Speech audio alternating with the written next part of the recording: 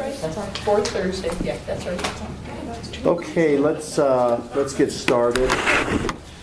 And we meaning the division, are kind of rocking and rolling with trying to get all of this A plus B equals C all in the same order. And I'm not sure that we certainly properly announced this meeting to stakeholders, but I'm not sure we got the agenda on the website. And if we didn't, that's my fault. Was it there? This one? Okay. Because it wasn't done until late yesterday afternoon. We were scrambling late yesterday afternoon. Okay. Okay, that's good. Thank you, Arlene. So you got it on there. So let's look at the agenda, today's agenda. We're going to do just go over welcome and introductions. We'll do a review of the working group that happened last on the last meeting, which was today's the 24th, on the 15th or whatever day that was. We'll look at that. We'll discuss what happened there. It was the 15th. Then we have prepared, we meaning the division has prepared a proposed revision of the regulation that we're talking about, and a proposed new regulation on the PowerPoint side. We will take public comments if there are anybody from the public, and then we'll talk about a third working group meeting to be determined if needed. So again, just as because these stakeholder meetings are recorded, I just need to remind everybody that they are recorded. They will appear on our website, so anybody can listen to them. So I urge professional decorum. Be careful not to interrupt anybody. Let them finish their thought process and then comment on that. There'll be plenty of time for people to weigh in on the proposal. We do have 2 board members attending today. We are encouraging them to attend if they have time. Their role, they have to be careful of what their role is in this, because they have the final authority at the very end.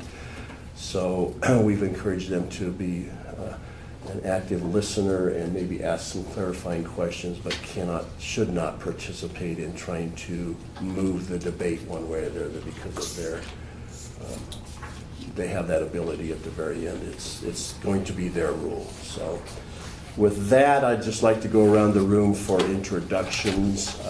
And that doesn't mean you can't address the board member, but the board member has to be very careful about what the board member says, okay?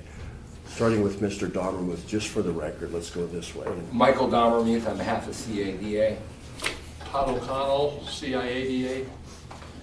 Steve Perkins, Centennial Leasing and Sales and Motor Vehicle Dealer Board used. Lucky Heggs, ECAS&H, and also a member of the Motor Vehicle Dealer Board, public member. Leland Beebe, Legal Assistant, Auto Industry Division. Bradford Jones, Assistant Attorney General on behalf of the Motor Vehicle Dealer Board and the Auto Industry Division. And I'm Bruce Zuloff, Director of the Auto Industry Division and Executive Secretary to the Motor Vehicle Dealer Board. Arlene Tappan, and Recorder. John O'Pico, on staff with the Auto Industry Division. Chris Hartman, Agent in Charge, Auto Industry Division. Gloria Bruno, Compliance Investigator Supervisor. Chris Rouse, Chief of Investigations, Auto Industry Division. Okay, thank you all. So I just want to do kind of a brief review of the discussion from last meeting, and anybody can jump in here if I do get something wrong. So we went through the current rule 126104.3G, which fits under the same statutory number, which has to do with application requirements. And the statute actually talks about the prescription of forms that is used by the board. So it's sort of got a narrow context there. When we reviewed the rule, when staff reviewed the rule prior to the last board meeting, prior to the first stakeholder meeting, we looked at it and thought to ourselves that there are a couple of items in the regulation that may be needed, but certainly probably would nest better under a different statutory scheme or a different rule. So they nested it under here. It's been this way for a lot of years, and we are not we, the auto industry division, are not inclined to make a bunch of changes to that. But just for everybody's knowledge, we know that I believe at the end of this next legislative session, there is a strong probability that 12.6.101, the entire statutory scheme of 12.6.101, 12.6.200, 12.6.300, and 12.6.500 are going to be moved to a new statutory scheme under Title 44. There is no Title 44 now. So there's a strong probability that all of the licensing regulatory agencies within the Department of Revenue are going to move to Title 44. And I believe they're going to nest us, meaning the auto industry, under Title 44, Article 20, I believe, is where it looks like it's going to be. And that's in the early stages of trying to figure out how that's all going to work. But when I say there's a strong probability, I think that it's going to happen. Whether it happens in this next legislative session or the following legislative session, we don't know. And I think some of you have been into those meetings, but 2 years ago, there was a law passed to study this issue, and now the study is going in further in to try to propose some things. I know that OLLS was wondering if they should try to postpone it one more legislative year for the move. I don't know that that decision has been made, and I don't know that one more legislative session is going to make much difference. I think that they're probably going to go forward with moving Title 12 into Title 44. So what that means for us, you don't know how the statutes are going to change in the legislative session, but for the purposes of this move, it's just moving them. It's really not changing the statutory scheme. It's just moving them. Of course, new law can come in that legislative session that changes or adds to Title 44, but it's just a move. When that happens, obviously we have an issue of regulation, and we have to move regulation at the same time. We have long debated at the division, 8 years now, whether or not we should be moving what we call recodifying our entire regulatory scheme into a more modern way of doing things. The way that the statutes are, the way that the regulations fit under the statute. 12.6.1043G is the statute. We have a regulation 12.6.1043G. That is very, and that's the way our entire regulatory process, regulatory scheme is. That is very old school. That is extremely old. The modern is that you combine them all into one. For example, anything having to do with an application, would go into one or two rules. Anything having to do with advertising would go into one or two rules. We know that we have advertising scattered out in about three or four different places. One of them's here. And those would all go under a different scheme. For example, Regulation 1000 would gather a bunch of things. Regulation 2000 would gather a bunch of things. And that's the more modern way to do things. So when we talk about, as we move forward in this fall into these regulations, if we think something's in the wrong place, rather than open up that regulation to move it, which is very time consuming, maybe the best thing to do is, if it's not broken, leave it where it's at and then move it when we recodify, and then debate that at that point in time. So just kind of saying that up front, okay? So when staff went over this regulation, we were looking for what is broken. And we found a few little things that we thought was broken, but in general, we thought that the regulation was sort of okay. So then we come to this group and we talked about a lot of those things, and now I'm going to kind of let everybody else say what they thought about that at that point in time. But I don't think that anybody had real heartburn at that point in time that things had to be majorly changed. modernization of language, maybe eliminate a couple of things that really don't make any difference, that if it's there or not, you maybe eliminate a few things, and then try to move forward with some modernization.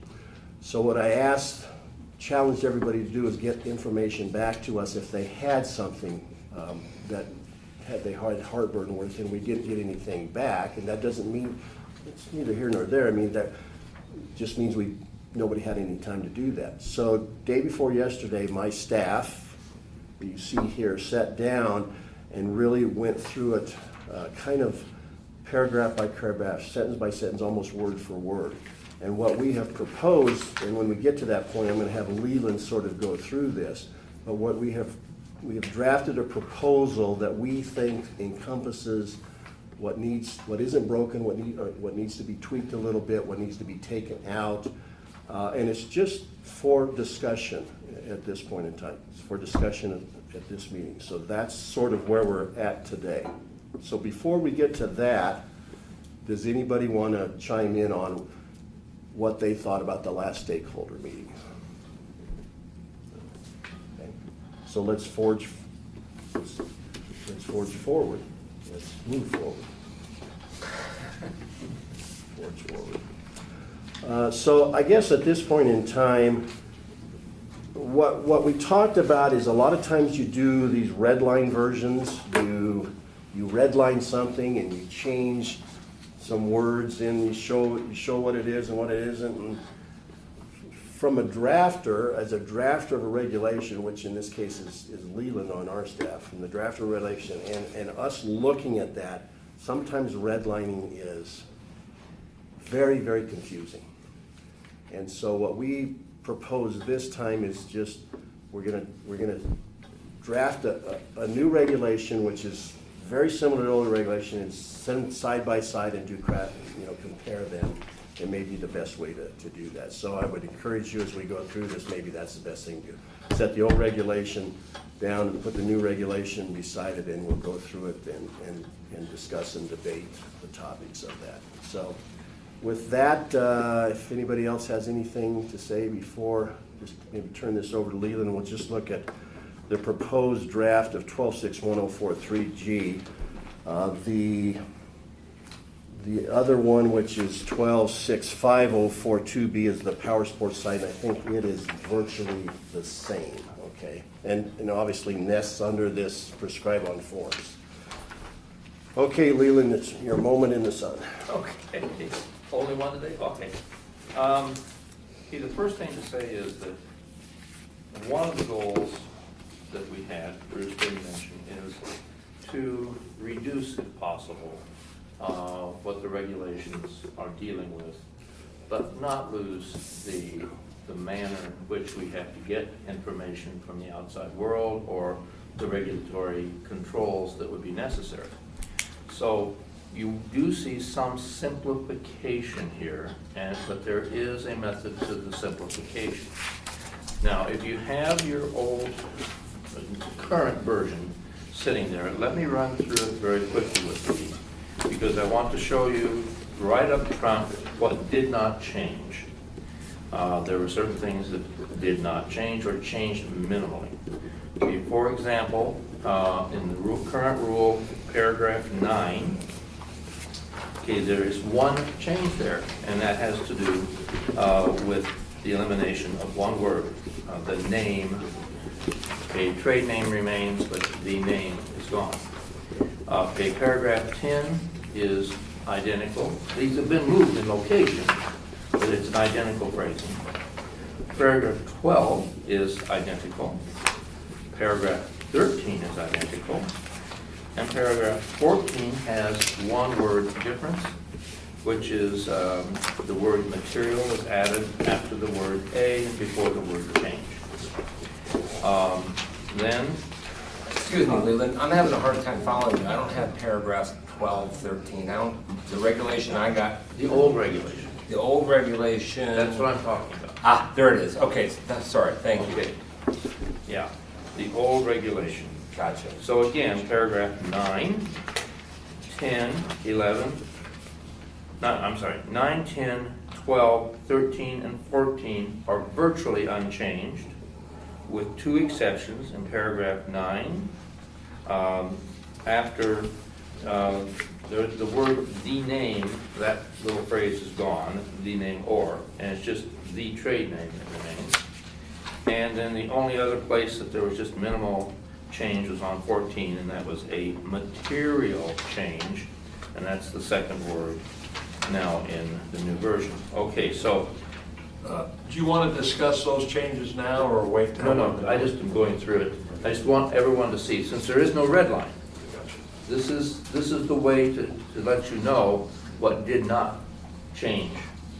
Okay? So let's make a note of that, Todd, when you get to that, and we'll talk about it when you get to the new one, okay? Okay, now, so that remains. Now, there are eliminations that went here too. So, looking at the old regulation, paragraph 2 is gone. Paragraph 3, the first sentence is gone. Paragraph 4 is gone. Paragraph 5 is gone. Paragraph 6 is gone. Paragraph 7 is gone. And paragraph 11 is gone. Okay, now, in order to sort of set up this discussion on that, I'm sure all of you that are outsiders, and certainly everyone that's an insider, realizes that we have a current practice. And that practice involves the application documents for various applications. And it also involves a set of a set of instructions for those very documents that are the applications. So there's always a package that an outside individual who's applying needs to address. And that package includes a great deal of information that is the same as you see in this regulation. Also, some of that is translated directly out of the statute. And so the more modern approach to this kind of regulation regarding an application is what we're trying to use. And that's an approach that Chris found when she researched other states, and I found when I looked internally at different agencies in our state. And that is that you basically construct a generalized rule that says people are going to follow an application form and instructions, and then the application form and instructions can become part of the discretion, if you will, of the board in setting up everything, for those packages of information and application. So you don't trouble yourself with the minutiae, all the details. If we wanted to really address every detail that we would have to make complete applications here, this would be 20 pages long. And that's not what we think either the current regulatory environment would want us to do, nor hopefully what anyone outside would want us to do. Because it would require re-regulation every time any little change occurred, respective, say, to a form of business that is okay in the state of Colorado. Let me stop you there, don't lose your train of thought, but let me give two real life examples.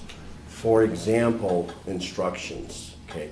The board has approved 2 years ago a set of instructions for a dealer application, okay? And it's a page long or 2 pages long, and it's on our website, and it goes with everything we mail out when somebody says, I'm sure, Todd, when somebody says you hand them that, and it talks about, the net worth of $100,000 or more, and the credit score of 701, and the certain things. Those are instructions. You will find that nowhere in statute or regulation. That is a set of instructions the board has done to facilitate moving forward with the application process. So that would be instructions. Then take it a step further. If you look at the salesperson application, which the board approved 3 or 4 years ago, the division spent about at least a year changing from that 1-page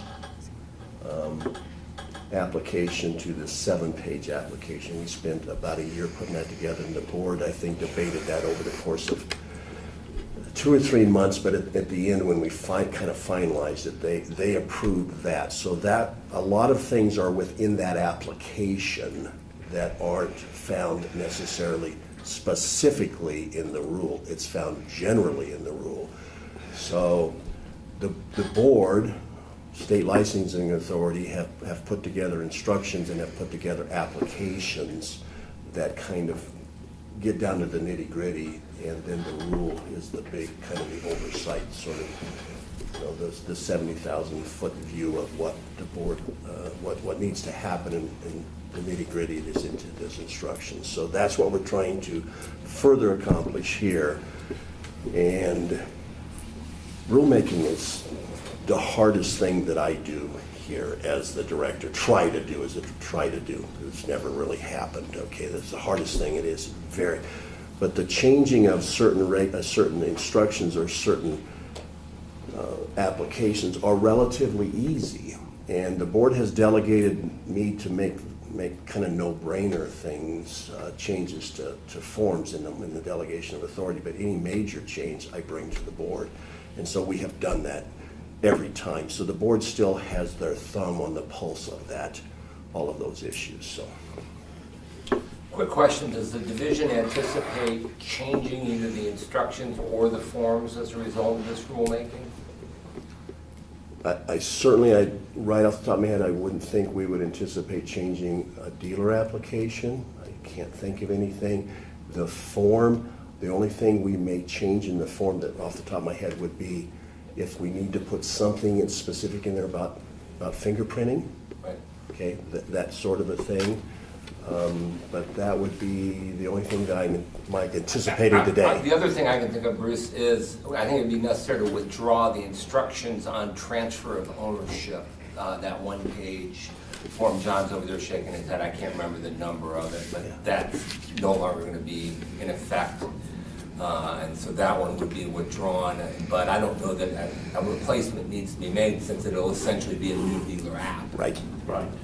Yeah. And we talked about, we haven't got there yet, Mike, in reality, but we're talking about that whole, that statutory scheme, that statute has changed or been added. Yeah. And we are looking at that from a real high level. We haven't got down to the nitty-gritty. Do we need to make a rule on that? And we're hoping we can't. We don't have to. We're hoping we can change an application and or have the board look at a different set of instructions on that. And I know that that's near and dear to your heart and your agency. I totally understand that, but that's what we're hoping for. Yeah, so. just as long as there's clarity. One of the things that happens a lot of times is I'll get a call from somebody who's interested in applying for a license, and they want to know whether there are any automatic disqualifiers.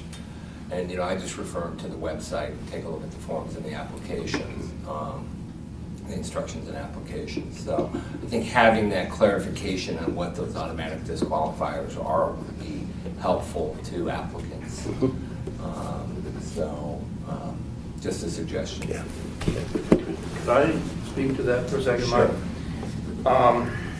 Sure. There are various reasons why the board would deny an application.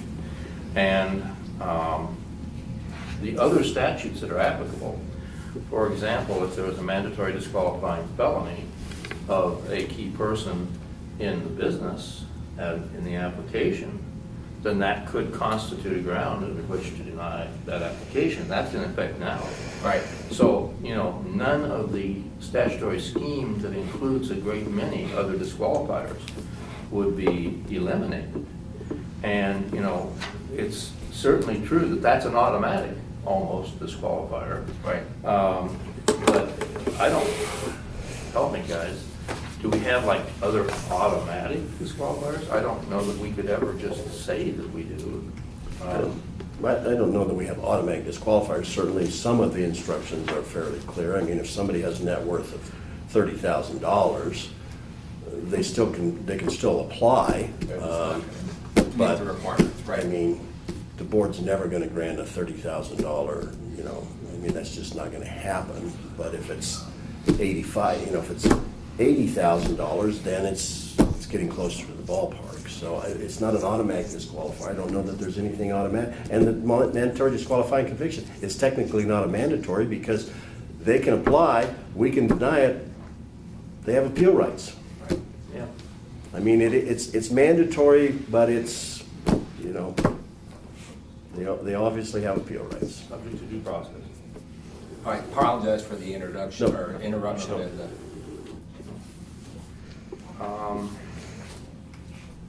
I'm trying to retrack here to see if there was anything that I had not said that I wanted to make sure we were set up to understand.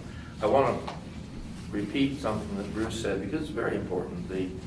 The concept of recodification ultimately is a topical recodification because that's modern, okay? So, and we don't have anything here that's set up totally topically. We have a title to this rule that says application, okay? That's itself a misnomer because we have some parts of this, as Bruce pointed out, in the existing regulation that don't have to do with applications. And the reason we didn't, just to repeat this, the reason we didn't touch those is that if we want to touch them, we're going to have to either do so under a move to another statute of reference, or we're going to have to hold them in place and get them through LLS's ultimate review. And so that you understand that one of the things that will happen is the AG's office and the OLLS attorneys that look at whatever comes through this chute are going to, among other things, say, is there authority at law to promote this regulation into law? And so when we are reciting up front the list of statutes that will involve support for this rule, you'll see that that list is going to include more than just the statute that is the namesake of this rule. It's going to include other points, other statutes that give authority to those pieces that really don't have authority under this statute, okay? I don't know if I'm making this clear to anybody that's not a lawyer. But the bottom line is, we think we can support the continuation of these bits and pieces that are extraneous to the rule, or extraneous to the statute, by giving the other statutes that do support it. That's, just so you know, we don't have to open up every other aspect to create new rules or anything. Just jump in. Jump into this. Yeah. Let's, If you look at paragraph 1 of the new rule,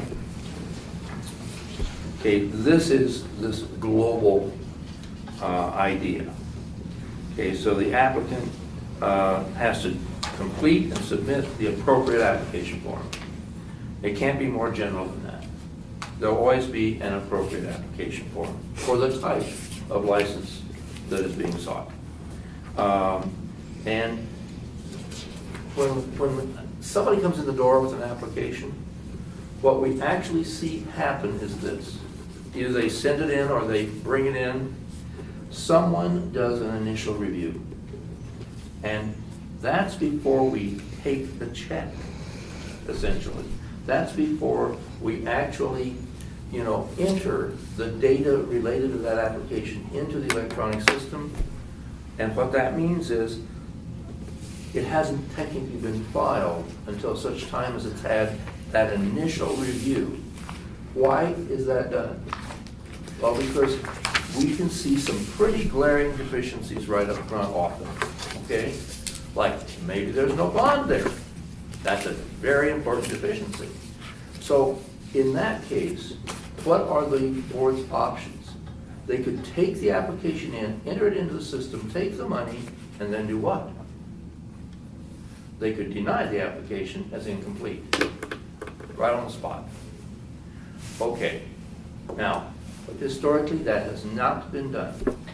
What is done is a rejection.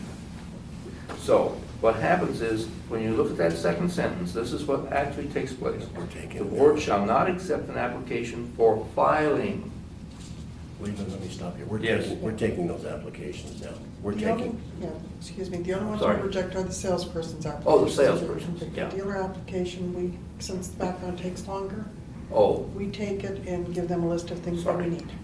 99%. If they don't give it to us, then we deny it as incomplete. and just so you know, we've jumped back and forth. So that we had a period of time we were rejecting if it wasn't complete in every Got it. aspect, but from a standpoint of customer service, that's maybe not the best way to do the customer service thing. Right. So once we start putting our fingers on it, we take the money and then we work with the applicant to get everything else in, so. anyway. Okay. Knowing that, I'm not going to say anything about the way this reads, but I think we need to consider if that's the practice and that's what we're doing going forward. Okay. But the concept is that the form and the instructions related to the form are important enough that at least with the salespeople, we are upfront doing a rejection, and that's most of our applications, frankly. Okay, and of course the bond has to be there, and we need the actual correct amount of money. So that's the generality in number one there. Okay, then, Do we want to stop and talk about one, or do you want to go through all of this and then come back? It's totally up to the group. The only big change that I wanted to comment on is, and we had a little bit of a discussion about this last week, was the time limits, which was, we would try to get to this before the next board meeting. We talked about different ways to do that, and I don't see any expression of time limits in this rule, the new rule. The division's position, and I will maintain this position throughout this. I may lose it at the end because it's the board's rule. Right. But the time limits in this rule regulate, in the old rule, regulate the division, doesn't regulate the industry. Yeah.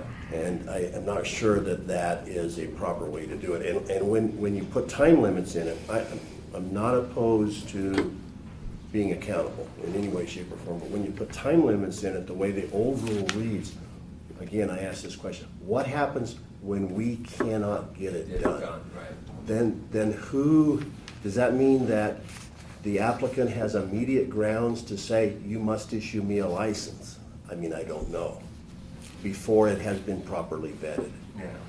So, Mike, I'm not opposed to, in any way, shape, or form, to getting into some kind of discussion about time limits and those kinds of things. Just a personal opinion, it doesn't belong in the rule. Okay.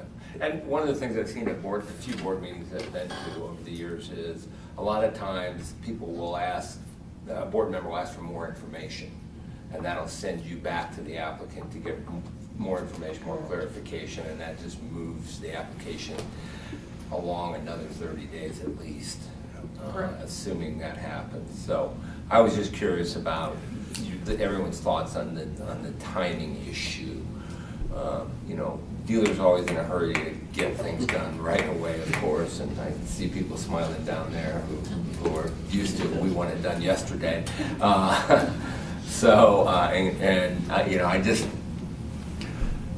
I think it's very fair for the industry to question those kind of things. It's very Right. fair. I have no problem with that at all. I just want those timeframes in the proper location, and I just personally don't know that belongs in the rule. Right. Maybe belongs someplace. Okay. So. Notwithstanding an incomplete application, which can drag on for, sadly, we know, months when we're trying to clean up, the old regular talked about by the next board meeting. If you have a perfect package, what is kind of the current time? We call them cookies when you have a perfect one, because you want to get it done right away, because there's a number for your month. Yes. It's a cookie. The investigator gets it, they review it, if everything is there, it gets put right here to get done right away, because they don't have to do Right. a lot. Sure. This one, they're going to have to send notices, I'm missing this, and this. Yeah. This goes in the bottom of this pile, then they go back to this and work Yeah. it, because it's off the desk, it's Yeah. done. And it's an easy step. So it can still process in a month's time. Oh, A good- yes. a good- Easily. If everything is there, it's not a problem. Steve, just to give you some context, is I just finished year-end numbers. We have just finished, I didn't, staff just finished year-end numbers. I have to submit them tomorrow. The licensing team touched over 22,000 license transactions. That's 4 people. That's amazing. I mean, I'm gonna brag a little bit. It's 1,800 a month. No other regulatory agency in the enforcement business group meets the numbers that our staff does, the turnaround time. Now, it's a different industry, but you go to the Division of Gaming and they get a new applicant for casino license. 6-8 months? 12 to 18. So, I mean. How many cookies out of those 22,000? Mostly the salespeople. The other apps, we do get the cookies. So of those 22,000, do you break down the average time that it took for each one of them? I'm keeping track of time with processing anything. Fair question, but no, we just don't. With that kind of volume, it's Well, just. that's a great job, Division. I'm in the process of trying to open a store in Northern California, and it's a 6-month lag time between submission and approval. And some of the same requirements, you have to have a physical location that you're trying to enter into a lease to secure, and then tell the landlord it's going to be 6 months before I know that I can execute it. It's crazy. And you have to continue to pay the rent on that property So if you you- enter into an agreement Yeah, and with them then, and you secure know, it. we're pretty sure we're gonna be granted a license, but then what happens if you're not and you're gonna, so you have to say, well, I need to get a 6-month lease and then I'll sign a 5-year lease. And they're going, well, we're not interested in that. That's crazy. It's difficult to get in business when you have those regulatory challenges. Yeah, so back to kind of Mike's question about timeframes. I think this is something that we can certainly, I mean, if this group wants to put in the regulation, this is the one thing that I'm going to try to fight. But if the board ends up putting it in there, the board puts it in there, but I would just rather see it someplace else. That accountability. I mean, we're a government agency. We have to be held to standards, and we have to be accountable. But I just would rather not be in a rule. You know, one of the downsides would be if you have a dealer application and you don't have everything because the owners are scattered all over, if you have to take it to the next board meeting, we're going to see a lot more denials Yeah. for incomplete applications. That's a fair point. That's a very fair point. Okay, so any more things on number 1? Not that we can't circle back, but everybody okay with number 1 at least for this moment? Okay. Go ahead, Leland. Okay, on number 2, frankly, I mean, I see this 2 or 3 times a week in what is given to me to write up for Bruce to sign. And we have people, and this is not a global statement, there's just a few, but they're a serious few, who, despite heroic efforts by the background investigator to secure the necessary information, to actually have the information the board absolutely has to have to make a decision, will refuse, ignore, evade, whatever, words we want to say, providing that information. And it can go on, and has gone on, we've seen, for 6 months sometimes. And this can be salespeople, this can be dealer applications, and, it's very frustrating. Now, currently, we can, under provisions of the rule that exists now, deny for that purpose. Hey, you didn't, we gave you a chance, here's everything we did to try to get this, and, sorry, but you didn't do it. And this is just an implementation in more modern language of that concept. So that technically is already in the old That's right. regulation. It's just worded in a different manner. That really doesn't change This is not a new the goal. Okay. but the importance is that it's still relevant. Yeah. There's nothing that's happened that made it irrelevant in however many years since this was reviewed. Any comment on that paragraph?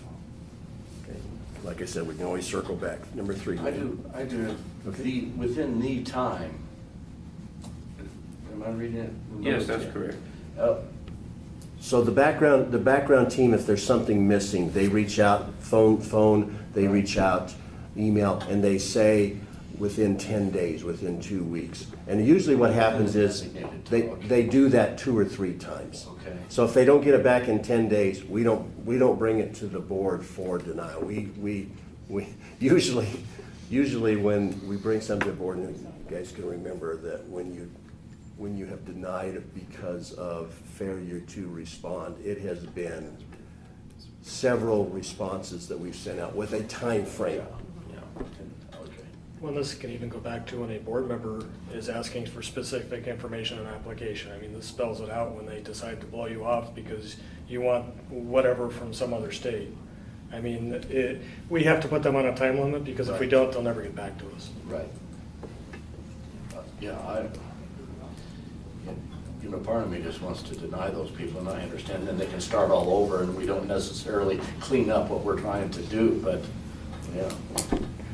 One question I have relates to the accepted for filing language.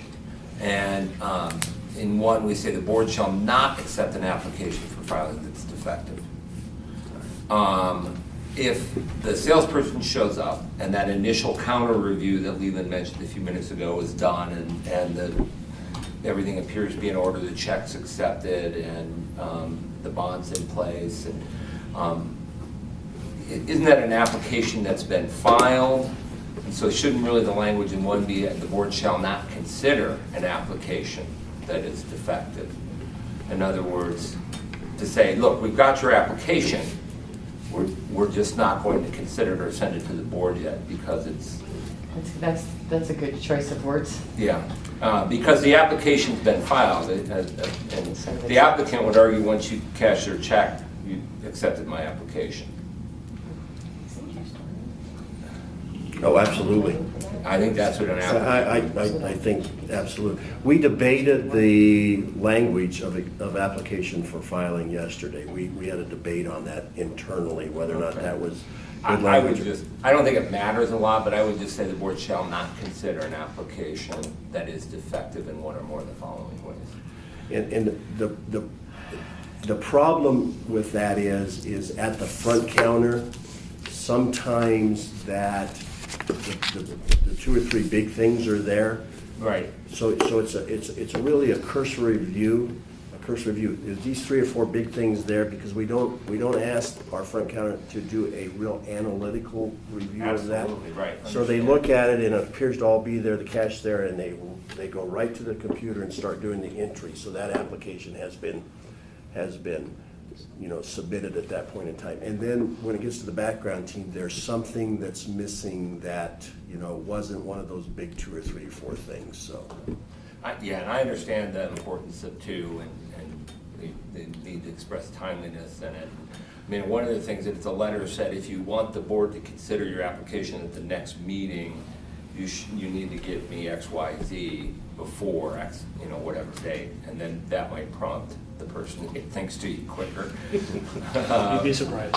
Yeah, in the perfect world, of course, John, but that rarely happens, so. Anyway, I just was gonna throw that out there for consideration. I don't know that it's a significant issue, but. Right. I do want to respond to this because what that language is attempting to distinguish is the difference between that cursory review that may be done at the counter, where we are in the practice now of rejecting an application. Now, right now, we're not rejecting it for anything but salespeople. But there is almost a daily rejection or 2 going on for salesperson's applications. And that's a true rejection. That has not been filed at that point.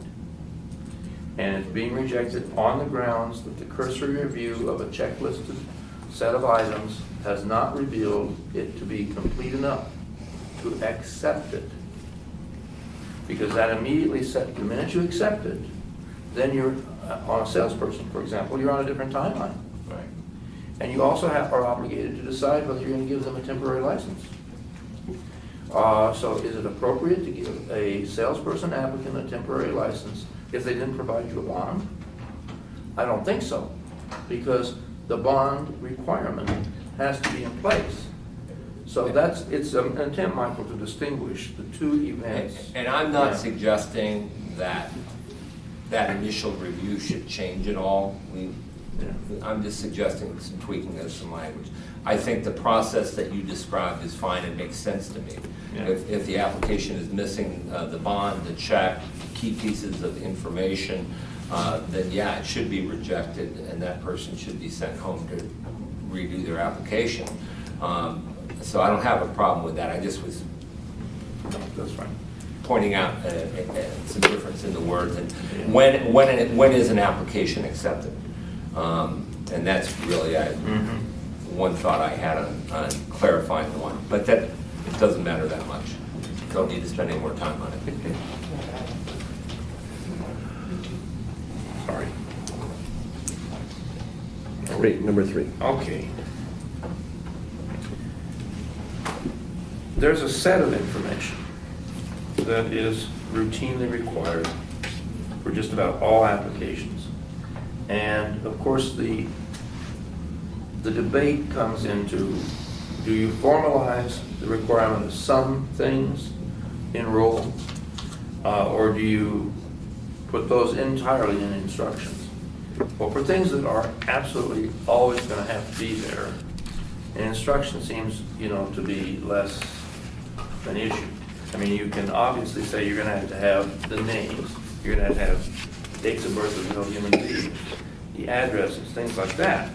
So that for natural persons that are involved in some capacity of control or authority or significant ownership, whether that ownership be financial or equity, those individuals have to come forward in the application as individuals who have a role. And this rule, this paragraph, does not address the question of whether or not every one of those people would have to be fingerprinted or any other part of a process would have to be done. It simply requests the identification of them because they are constituents within whatever the business structure is, or if they're obviously the sales guy's got to do all that. So that's the reason. The exclusion that is there is one that we have seen before, which has to do with publicly traded corporations that are, of course, people can have stock in those, and it can be very, very minor amounts. And, we've never required the disclosure of those individuals who have in publicly traded situations. That's mainly going to be franchise dealers, as far as I know, that would fall in that category. So this is an attempt to clean up, language that existed in other ways in the prior regulation, and to reflect a more modern global view of what we're talking about as individuals of importance in any business type.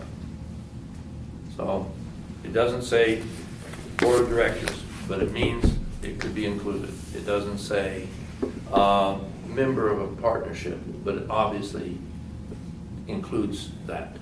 It doesn't say whether it's the general partner or the limited partner. Either one would be potentially included here. And as to tailoring beyond this, that would come, if necessary, in some form of the application or the instructions for it. So if there had to be a specification, that's where it would happen. And Michael, I know that you're interested in finding thresholds, like 5% or whatever, that you brought into the last meeting. That's not addressed because it would be difficult in this rule to address it for every type of business operation. But it would be the kind of thing that could easily be addressed by the board in an instructional environment, when they're looking at what is going to be considered. But it's a more general statement. Sorry. My initial review, and obviously not being an attorney, just the exercise significant influence tied into have one or more. So the way I looked at that is it's either A or B. It doesn't have to include all of A, correct? And my point was, I mean, there's a lot of instances and individuals I can think of that could have a significant influence that really aren't going to have anything to do with the dealership. Is that going to be an arguable point for any contention? Does that need to be? Can you think of somebody as an example? Well, a wife. I mean, that's what I mean, and we hear those arguments. We had an applicant last week that was trying to fight over the equity scenario on their home. Why do you take 50% of the equity off when I have it in joint tenancy with my wife? Where is that in statute? Or where is that? And we give you a number. So I just for the intent, I just wanted a little clarification on the intent of that wording, to have it tied into any one or more is all. Will. And if I'm the only one that sees any issue in that, I certainly am fine to move on. Well, no, I see an issue. Well, I mean, I'm not. I mean, I can see anybody involved with the business, but that isn't the way I read that. Yeah, I mean- That could be argued. Words are important. I mean, the intent is hidden ownership. That's the intent. Yeah. And we see that all the time. That's really the intent there, significant influence, okay? Could that be put in there? Would that goof something else up? I don't know how you word that, though. So, I mean, certainly, the example that you give, would we care about that?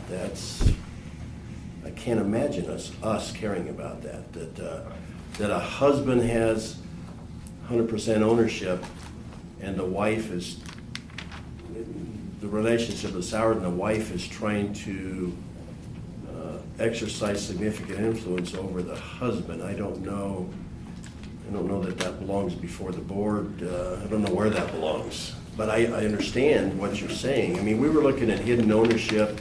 We were looking at,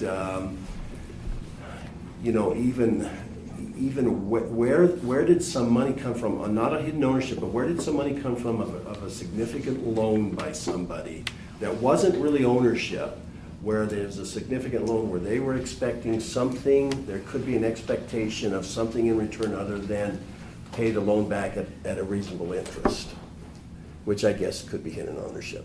So those are the places that we were tackling that. So This is a really glaring example, which is oddly enough nests right in your very idea of the wife. Well, let's turn this around, not to be sexist, but let's just turn it around for a second. Let's say the application has the wife as the totally controlling figure, and that's what we see, and she is clean as the driven snow. But she just happens to be married to a man who was in the industry before, had some significant problems, maybe lost a license, and is he going to sit there silently while she runs a business she knows nothing about? Probably not. we actually have examples. Exactly, that's my point. Yeah. So That hypothetical seems a little too real. Yeah. Yes. So in the attorney's opinion and the staff and between number 3 and A and B, all that is clear and covers everything. That was really my only question. Clear as anything written by an attorney can be. Well, obviously, Todd, this, you know, has to give Mike a little time to think about it, and your council a little time to think about it. Obviously, the AG needs to be able to weigh in on that. Here again, sometimes the intent seems obvious, but the words maybe not get to that point in time, so there needs to be maybe some clarification of that. But, you know, the scenario that Leland gave, I mean, those are real life scenarios, and we don't license, we license 100% person, we don't license the other person, and we're aware of some of those things, but I don't know legally what you can do about that, other than be aware. And that's what, this is an awareness. This is an awareness paragraph. It's not necessarily a denial issue, it's an awareness paragraph. It could be, but it's really an awareness thing. And realize this, it's also a window. So if we did have that level of information about the spouse having been in the business, and it doesn't show up in the application because it's now the wife with a completely clean record, this language allows the investigator to go further in the process of inquiring about any other significant influence. It makes it a little easier, you know, to piggyback from this to the reality that we may need to get taken care of. Are you speaking during the application process or after the license has been granted? During. Or both? Okay. And then the other thing we have to really consider is just because your spouse, man, or either way, is less than honorable, does that mean that you can't get into the business yourself? So that's not fundamentally fair either, so.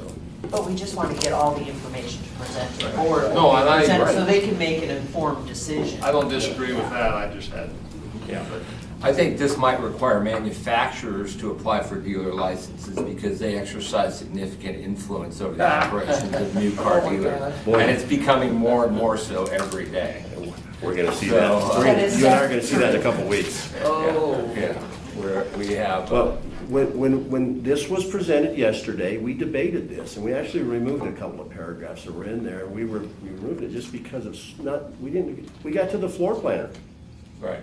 The floor planners, does the floor planner have significant influence over the business? But they do, absolutely. I say that to be facetious, Yeah. but also to illustrate the potential ambiguity in the word significant. Right.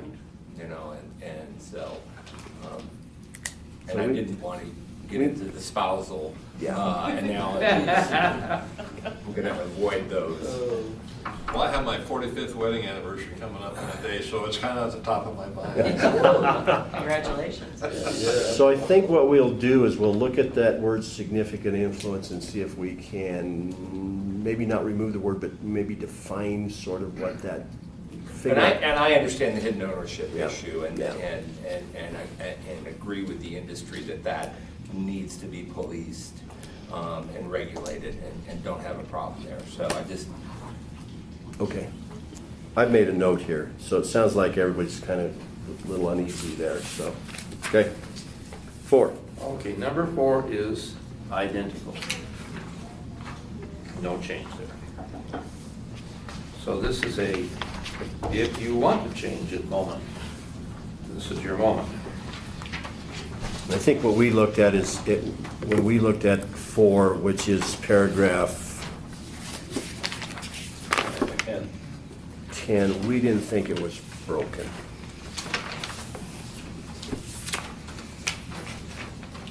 I have a note there that we were gonna work on a better definition, but I don't see one. And that was probably the manner of submission of the application fully, faithfully, truthfully, and fairly, and whether we're gonna make that under penalties of perjury, but that's. I remember that, yeah. Yeah, it's fine the way it is. So essentially then an applicant or a licensee has an affirmative duty to notify the division if they have an arrest, if they have any significant changes. And the problem is going to be, again, what's significant? If I get a speeding ticket, do I need to notify the board of that speeding ticket? You know, that sort of thing, so. And we put a lot of that in application itself, especially when you look at the salesperson Okay, application. It gives good. very great detail of what should be included Okay. and what shouldn't be included in the, what they need to disclose. And we give them actually pages on which they can tell what the situation was that led up to that particular speeding ticket or whatever it was that Right. they're disclosing. And this is just to highlight a point that came in earlier. This is an example of wording in this one that has already been survived an OLS review, God knows how long ago. But clearly, part of this does not fit under this statute. For example, revocation or suspension, that's a different kind of action. But we don't want to touch that because, that's needed. And so it has survived all this time here. When recodification takes place, then topically it may have to be pieced away elsewhere, parts of it may have to be, but not right now. 5. Okay, this is a very simple overview again of the bases under which the board could deny a license. Okay, if it's incomplete, okay, it's incomplete.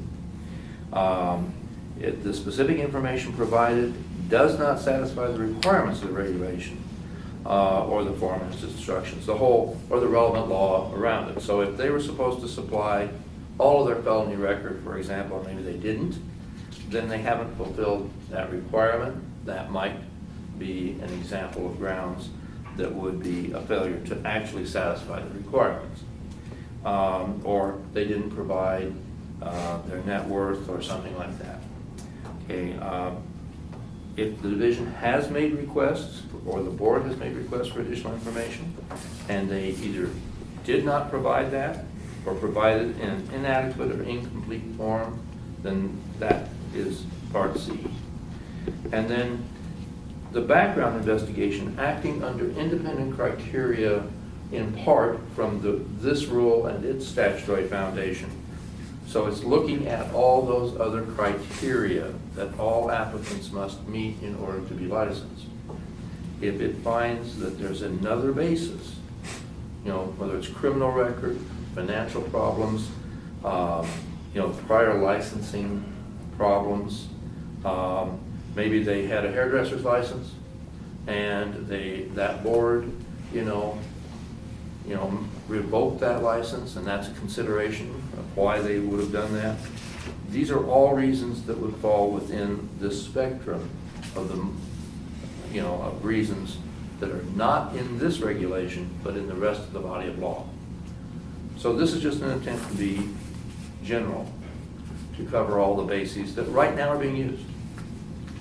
No news item here. Questions, concerns? Leland, why aren't there ors after all of the subparts of 5? Because I forgot to. Okay. Thank you, Michael. All right. So an or after incomplete and or after regulation, is that proper? Yes. Yeah, proper way to do it, okay. Okay. And then in D, the second line in D establishes another basis for denial in relevant law or regulation. What's meant by another? Why don't you just say establishes a basis? Because the information in the application of the background investigation itself may provide a direct basis. As in above, they didn't satisfy the requirement or they provide an incomplete response. That's within this regulation. Whereas the things that are outside of this regulation would be, the denial criteria of, say, a material misstatement of some kind, or the criminal law background issues, the licensing question that I raised, like with the hairdresser example. Those would all fall in another body of law that's under the board's organic statute. That's what that means. Okay.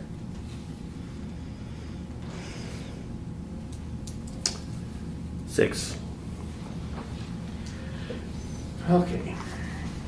This one is the one that changed one word. It eliminated, you know, the name and left the trade name. We licensed the trade name.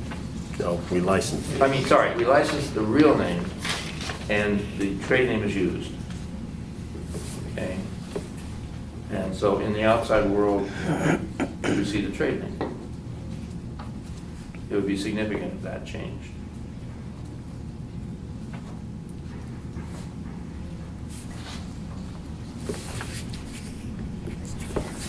I have a question about number 6. And in a prior board, there was a trade name, I believe it was a trade name, that was Wholesale Motors. And using the word wholesale in their name was a form of advertising and can't be used. And does the 10-day notify the board, but not less than 10 days, if somebody just says, I'm gonna change my name to Wholesale Motors, and does that time constraint conflict with, well, that's not an acceptable name?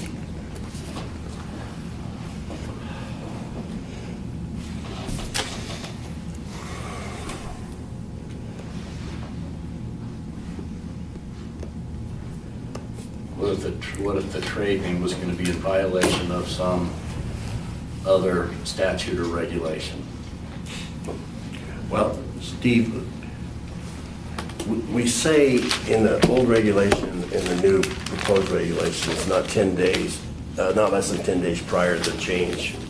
It's usually 30 days after the change when we get notified. Yeah. Well, and we never really hold anybody accountable Okay. because there's no mischief in that. Right. Okay. So if the trade name was a violation of in some other way, or in an inappropriate name, or a violation. I know we had a trade name a few years ago in Grand Junction that came through that we ended up saying you can't do that. The trade name was Make Your Own Deal or something like that, okay? So they're required by statute and regulation to have a sign posted with their dealership name, but the second they post that sign, it's an advertising violation. So when we explained that to the dealership, they're like, no, we're changing, no, we don't want to use that name. I mean, once we communicated with them, but again, that was after the fact. If we can be so lucky as to have people tell us 10 days in advance so that we can go, ooh, you might not want to pick that name for the following reasons, that would be terrific. Right. But like Bruce said, it's usually after the fact. Yeah. But if they actually did hold to it, because, you know, damn the torpedoes, whatever the attitude would be, it's an application for this change. And that is going to go before the board. And the board is going to get to decide whether that name change can be done or not. So that's where you get, you know, your final word on this. It wouldn't be the division who would try to get it conforming before it would submit it to the board. But then that application would just go forward if people refuse to change it. But the way this regulation is written, it's not saying an application, it's saying written notice. They give us a written notice, the way this regulation is written, they've given us notice the name changes. We have a form they fill out, right? Yes. We probably ought to refer to it rather than, Leland is technically right. It technically is an application when they do the form, technically, because they pay a fee to do that, okay?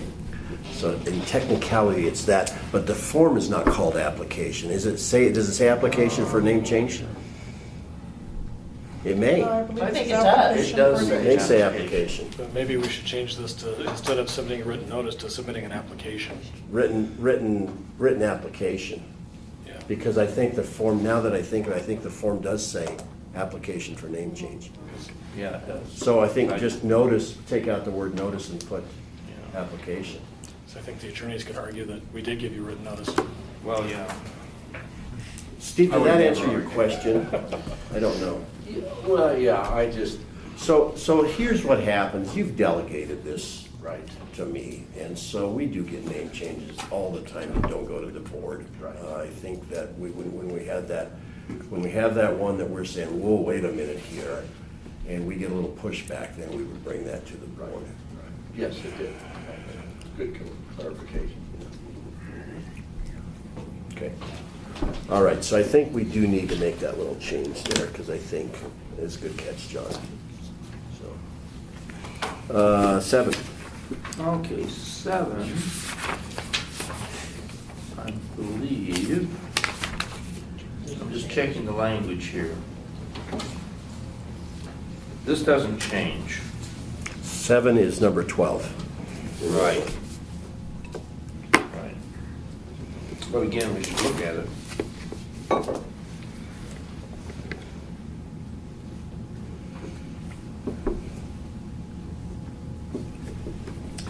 I think when we discussed this, we looked at it and thought, is there a reason to change? We don't think it's broken. We think it's worked for a long time, but is there needed to be some modernization of things? And we just looked at it and thought, well, maybe not, but we're certainly as a division not opposed to that, but it works.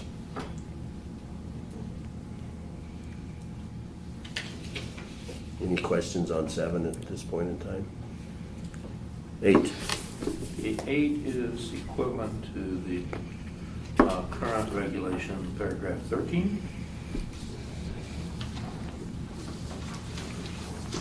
Yeah.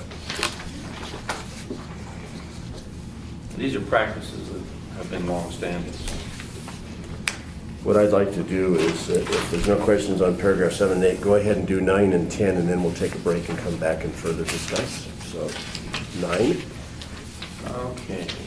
This is the one word that has changed, is the addition of the word material. And this is in essence a response to a comment, Mike, you made because of the threshold issues around, percentages of ownership, et cetera. And also in recognition of family businesses wherein there may be, within the constellation of the family membership, shifts in the controlling interests and things among parties already vetted and already approved. So those are examples of things where maybe those would not constitute material changes. But certainly a material change is going to require a new application. Yeah, my only question is what's material? Yeah. And then, of course, and I would suggest in the first line after it says dealer's business, I would say, and insert the word ownership there. I think that's what you're trying to get at. No, I think Leland just muddied the water by bringing in the ownership change. That wasn't what this was intending. No, This that's, is around Tesla. this is around the. Oh, that's Tesla. This is the right. Tesla Yeah. case, where Tesla, the board heard this, got some information in executive session. Tesla has been, the licensed entity has always been Tesla Motors, Inc., doing business as Tesla Motors, Inc., I believe, Tesla Motors, I don't know. They nationwide, in the last 2 months, they are changing their entity and they're dropping the word motors out. They are rebranding themselves. So when we received this information from Tesla, we said, well, that's a change. The old regulation says a change in the operating entity. We said that's a change in the operating entity because we had always practiced it that way. Tesla pushed back pretty hard. And so I asked the AG to look into it, and as we then debated it with the AG's office and internally, dropping the word motors out of the entity, they came back and I totally agreed today, that's not a change in the entity, the operating entity. That's not a material change. There's no mischief that Tesla was trying to do. They're just trying to rebrand themselves. They're not changing, their board of directors didn't change, they're operating, the way they operate internally didn't change. There was none of that. It was just a simple dropping of a word. So the way it was worded before, a change in the operating entity, we thought material change needs to have a new. So if they're changing significant changes to the board of directors, whatever they are, if they are significant changes is somebody going from an LLC to a corp, all of those kinds of things, then they have to start over with a new application. That's the intent, okay? The ownership thing belongs someplace else. The change in ownership belongs under the new statute. That's not what this was. So this is, 9 is designed to get at entity changes, if I'm gonna change from a partnership to a corporation. Right. Right, I misspoke on that. It may mean that we need to make it clear what operating entity is. I don't know. Well, as I read this, if I'm gonna sell 10% of my corporation to somebody, I'm telling them that's a material change in the operating entity, because I've got a new 10% owner. Do I need to submit a new application? Is that what this rule is telling me? But that falls under the new 116. That would, I think that's where we would try to do the new 116. If that's true. Change in ownership, what you're talking about is an ownership interest Right. change. And I would think that would fall under 116. That does, I think, give us a reason to look at operating entity as a term. Because in my global thinking about it too, Michael, I would have thought it embraced every change that could be of significance within the entity structure. So if we are just going to be talking about the differences of LLC versus, a partnership or whatever like that, I think it's easy enough to define that for the purposes of this. Here again, we've never had a problem with this, ever, until Tesla. And we, being fair with Tesla, we sort of created, I sort of created the problem because I thought that problem was a change in the operating entity. And now that I've thought it through and talked to the AG's office, talked to staff, it really wasn't. I mean, they're rebranding, they're just taking a word out. There's no other things within their operation. And lo and behold, whether or not they're being true with me or not, I've dealt with their corporate counsel several times, Jonathan Chang, and he said, Bruce, he said, we've been doing this state by state by state, and Colorado's the only one that's ever challenged us on this issue. So. And truly, it's an interplay between the old number 14 that this is based on and the old number 9, which we just discussed regarding the trade name.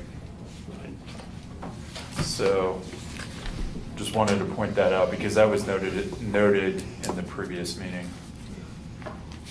I completely understand the concept and everything, but I'm sure you never get these calls questioning what does material mean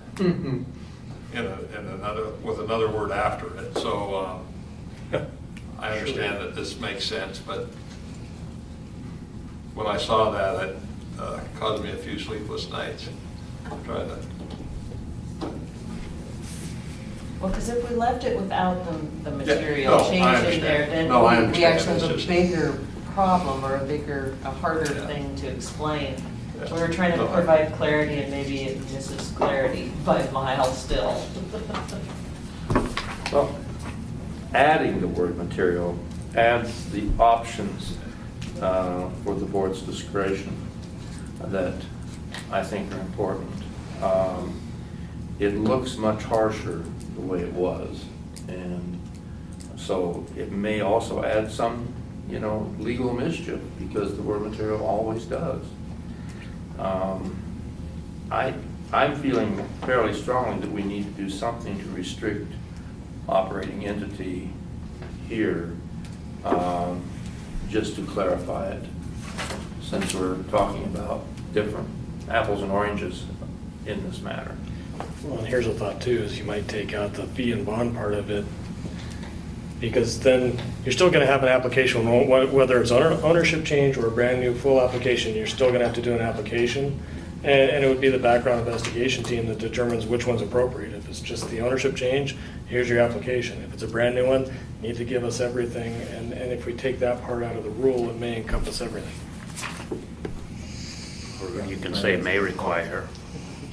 No, any, I would suggest that any change in operating entity, whether you go from a partnership to a corp or a corp to an LLC, that's gonna be material. I would, if that's what you're trying to get at here, I don't think material does anything. Yeah. You know, Do you think operating entity itself has vagueness that would be difficult? no, not really. I mean, you've got 5 different types, right? An individual, a partnership, a corporation, an LLC, or a limited partnership. So those are the essential. I mean, there may be other ones as well. I think Massachusetts has a business trust arrangement that we necessarily don't have here, but so I would suggest any change in operating entity would be material. The IRS would certainly tell you that. So Mike, are you suggesting taking the word material out and taking a material change and just say any Change in the operating entity. Any change in the I mean, if we're not trying to get at, if we're not trying to parse out a family transfer Right, that's of a not the- membership interest or a stockholder interest, then I don't think material does anything here. Except create legal mischief, as Leland likes to say. Yeah, okay. We'll look at that. Any change. Because see, I think material particulars is crystal clear. Not if I use as is. If I use as is, I'm good. Covers everything. Don't get me started. All right, we'll take a look at that. Number 10. Arlene, I could hear those rocks shaking. Okay, number 10. This is interesting. Okay, under the conventions of statutory writing, which is also rule writing today, that are used in the state of Colorado according to the OLS guidelines, if you're going to say something like the language that is piggybacked from, a licensee may conduct business only under, you have created a problem, because may is permission, and so that would require them to do it. And that's what the old one said. If you are intending them to do it, then it has to be in the language of mandate for them to comply. And so that's why this now says a licensee must conduct business solely under the license name. Then it gets into this unusual exception that's been created long ago for, you know, those dealerships that have a common ownership and want to advertise, and it's a restricted thing, advertise, you know, as a group under a distinguishable, easily distinguished name. So I wanted to point out that there is a modernization here that is necessary if we're going to actually use the modern language of enforcement rather than the language of permission. And I don't think anyone in the auto industry division thought it was just a permissive reality, and I doubt that anyone in the outside world did. I think everyone has been operating on the idea, you got a name, you got to use the name. So this now says it. Questions, concerns? May not belong here.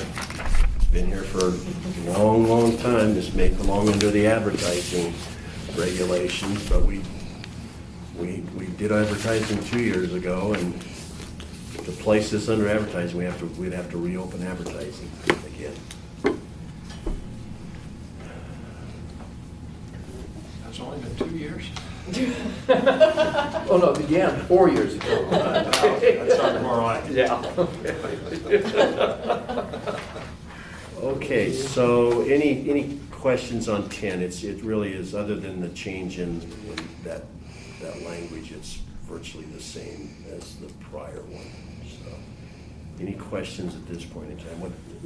Hearing on what I would do is take about a 10-minute break, come back, and then kind of go over and look at this one more time and see where we need to go. And I got a comment or two up front on that, and then we'll open it up for discussion. So we'll be out of here by 10 minutes after 11. So. Ms. Duggar looking at. Okay, we're back after about a 15-minute break. It's about 11:20. I'm sorry, 10:20. So I guess I'm kind of open to seeing how we want to proceed from here. Let me just make a couple of comments, and then could lead to some discussion. This is not the Bruce Zuloff stakeholder group. This is not the auto industry stakeholder group. This is all of everybody's in this room stakeholder group, okay? Been doing this now for several years, and one of the things that is always a challenge here is I go into this hoping we can get consensus coming out. And I realize that that probably is almost never going to happen, okay? I think you can get close, but I don't know that it's ever going to happen. At some point in time, poor choice of words, I guess, but the division is responsible for noticing the rule. And so at some point in time, we have to draw a line in the sand, and we have to notice the rule. And then the formal rulemaking process starts at that point in time. Always knowing that it matters, but in reality, it doesn't matter. When the division notices the rule, that everything can still change, and the board at the very end has absolute 100% control over what is promulgated. The division has no control at that point in time, at the very end. That's input, as do everyone else, okay? So, although I don't think that this particular one that we're talking about today has a lot of critical issues that will need a lot of debate, we certainly have some wording things that we may not totally agree on, and so on and so forth. So I want the division to notice this rule next week and move on. And when the division notices the rule, then the time frame starts, meaning that the formal rulemaking process starts, and eventually when we notice the rule, that goes to, Leland notices the rule and goes to the Secretary of State's office, and all those time frames start, okay? And at some point in time then, immediately you will look at when you can have the actual hearing. You can't have it before, but you have it after this period of time. And then I have to schedule this hearing because it's a hearing before the board, okay? And the hearing is, you all have seen how a hearing works and so on and so forth. So I guess what I'm kind of leaning is that if we notice this rule next week, Wednesday, Thursday of next week, we would like written input from you in no necessarily no formal way, but written input from you on what you think, what you kind of the wording changes that you have some concerns with, and then we'll take that into consideration and then notice it at that point in time. I've said enough about that. Now I just want to open up for anybody else to have any input that they want to have under this and challenge me on that challenge or whatever. So I have two questions. How are renewals going to be handled? Are those people going to be, if I have an existing dealer license or salesperson license and I'm up for renewal, am I going to get fingerprinted? Are those people going to be grandfathered? It's not the way that 240 came out and the way that it was intended. was only upon a new application. So renewal, we're not gonna fingerprint at renewal like marijuana enforcement does, or I don't know if gaming fingerprints it at renewal. We're not. Okay. We're not at all. So renewals will look very, very much like they look right now. Okay. I don't really anticipate much of any change in the renewal. And the only caveat to that, Mike, is something that the senior director suggested. Do we, at some point in time, later on, do we promulgate a rule that says every 5 years or every 10 years you're fingerprinted at renewal? Yes. I don't know, but certainly not to start with, and there's no way. Okay. And then the second question is, let's suppose I'm a licensed salesperson, general manager at a dealership, and the ownership wants to sell me 20% of the dealership. And that's a fairly significant change in the ownership of the dealership. And they submit that. Does that person then subject to heightened scrutiny, even though they're already licensed as a salesperson, because they're going to become the owner of a dealership? And I'm just curious about how that's going to work under the new regulatory scheme. I think that's a great question, and I don't know that, I personally don't have a firm answer on it. It just happened, Mike. I mean, one of our nurse board member was a general manager, and 30, 60 days before he was appointed to the boards, bought into a dealership. So Right. it just happened. So it was a long-term general manager. Is that a new application? It's a change in ownership. Right. Certainly. And so we would have to look at that under 116. Yeah, Chris wants to throw 116 at me on that question. I know, she's chomping at the bit over here. Well, we haven't fully looked at 116 and what sort of regulations might need to be promulgated under that. Right. And how it's gonna mesh with the initial application Right. regulations.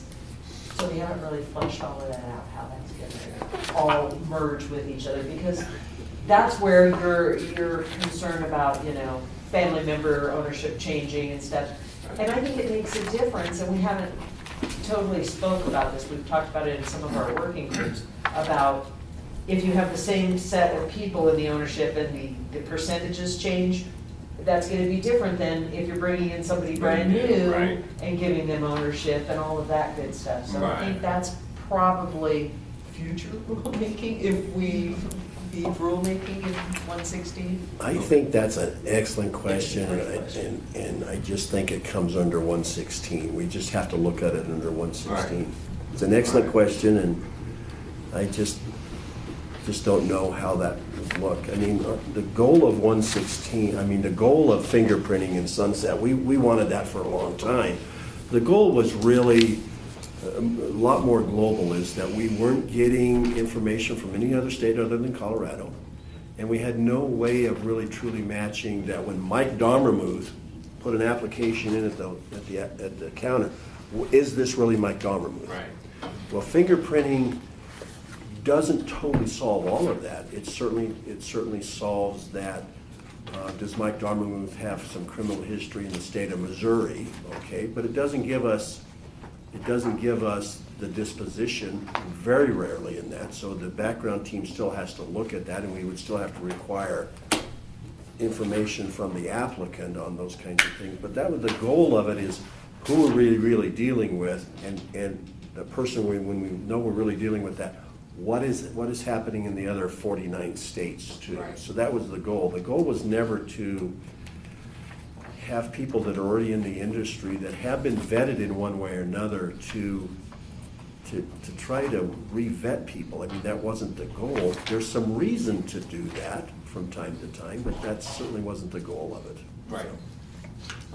As I read 116 and remember the negotiation sessions around that, was really trying to close the ownership notice transfer loophole for the stock transfers that were going on, rather than the new dealer applications. And so that's how I interpreted those negotiation sessions in 116. So, I would suggest that an existing licensee who is becoming an owner of a dealership doesn't necessarily need to have the same level of vetting as a new licensee, but that's just my opinion. And certainly we'll address that if and when we ever get to 116 rolling. And I have no criminal record in Missouri. Just set the record straight. Make sure that's clear. Because it is on the tape. With all those other states. I would appreciate it in the future you use Lucky Hags as subject of your hypothetical. Well, I'm sure also has no criminal background in the state of Missouri. For the record, criminal activity free. So we answered those questions. Great questions. Just we will get there, and we have to get there fairly soon. So, Okay. Todd, anything? No, I think the wheels are turning for just a couple words. Okay. So let's do this. Today's Thursday. I would like to notice the rule next week, but at the same time, if it's the following week, it's the following week. Okay, I don't want to crunch people too much. But do you think that you can look at this and I don't know if you need to look at it with your board. I don't know if you need to look at it with Mr. McKinnon and Mike. I don't know if you need to look at this with Tim and whatever. Can you get something back to us by close of business next Thursday? And if you need a couple more days, just shoot an email, say that's not gonna work, and then we'll back off the notice the following week. The notice, that's not carved in stone, but we have so much rulemaking to do, we've got to get from one to the next, because in the month of August, for the two board members here, in the month of August, we have the month of September, we have some other rules we're gonna have to throw in there, so. And, our regulatory agenda is in real flux right now, but it will be probably fairly well finalized in about the next 2 weeks. Leland met with some people within the legislative liaison, people within DR yesterday, and they're gonna kind of oversee some of that for all of the divisions, and so Leland's gonna be working on that regulatory agenda with them, but we have to kind of finalize the regulatory agenda. But it seems like every month, for the board members, every month, we have a new set of possible rules we're gonna have to try to kick the football off the tee with, so. And Bruce, the power sports companion regulation that Leland has created here, we'll probably have to reach out to Mr. Abood and make sure that he doesn't have any other things, because I would hate to, I don't know what we don't know on the power sports component of it that might be different. Right now, it's mirrored exactly, and so we'll just reach out to him and see if he's got some input on it too. So we talked about a couple of changes to this, and are we gonna see a draft of those changes before you want comments back? Sure. Can you get those out to me by close of business? That's a joke. You picked up on that. That's a joke. As long as you don't say which day, by close of business, yes. So why don't we, would that help both of you, is that there's 2 or 3, I think there's 1, Right. 2, 3, 4, about 5 places that I've noted that maybe, Could if be we tweaked. did some internal work and got that to you, what is today? Today is Thursday. Maybe we get that to you by Tuesday, and then you can look at it and turn it around. We'll back it off another week, the following week. Leland, what do you think? Yeah. Yeah, that works for me, because, and I don't know that I'll hear from my decision makers. I talked to Bruce before we started about committee, work by committee, which is always difficult, so. So why don't we try to do that? We'll try to do some internal stuff and be done, maybe before, but we'll be done by, I think we can do that before that. Yeah, I do too. I want the AG's office to have a chance to look a little further, because And they move really quick. Yes. Yes. They have a 24-hour. I don't need to sleep. 24-hour day there. Does anybody think, and I hope the answer to this is no, but if it isn't, I understand. Does anybody think that we need to re-meet personally on this? Any need for another meeting? Not if we go according to the agenda and stay here until 2, I don't think we'll need to. Yeah, I'm not. It's not just me. It's the community. Yeah, that's right. It's not just me. Anything else? Any public comment? No public comment. So with that, let's adjourn with those kind of timeframes in mind, and we'll see where this leads us. So, and the time is 5 minutes till 11. Thank you all. Thank you. Thank you. Good job.